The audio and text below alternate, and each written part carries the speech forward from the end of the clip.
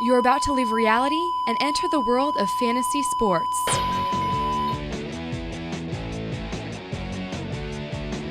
And now, from the Sports Center in East Hampton, New York.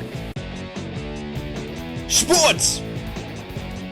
Hello there, good people, and welcome to Sports Talk. We make fantasy sports into a reality. I'm your host, Rob Shaw, talking some fantasy football to get you ready for another busy weekend. Well, my friends, we always do the Sports Talk Stock Report, and well, we'll do it again. And if you want to see any more fantasy football analysis, do check out youtube.com/fanalist as well as sports.com. Well, here we are. Let's kick it off. The good news first. On the bull market, I'm definitely investing in Hines Ward these days. The guy's had over 110 receiving yards in back-to-back weeks. Why the sudden improvement in role? Well, it's very simple.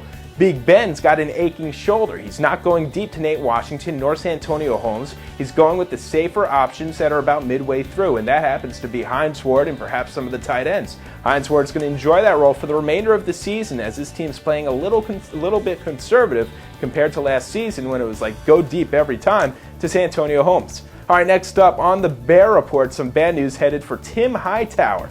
What happened there? Okay, one thing to lose your position to good old Edgerrin James. Look, the guy was once a big-time Pro Bowl player.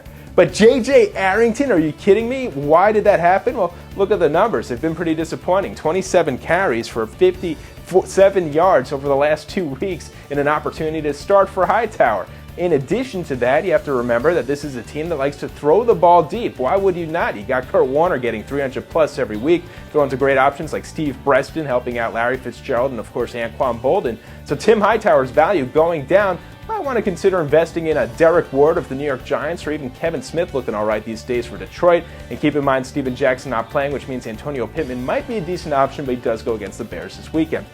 Finally, we're up to the Traders Report as far as a guy you might want to consider investing in, buying low or selling high.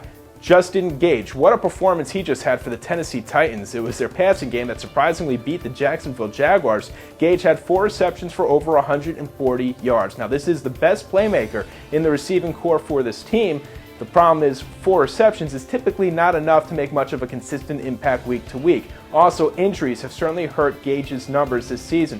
But look at last year, over 500 receiving yards in the second half of the season. He seems to be a guy that does better as the year goes on. Justin Gage is a player I would consider investing in, but keep this in mind. If they remain undefeated, you have to wonder if they're going to rest some of those starting players who have been known to get nicked up during the regular season. Justin Gage is obviously included in that.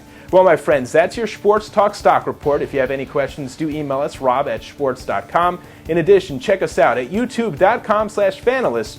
May the sports be with you.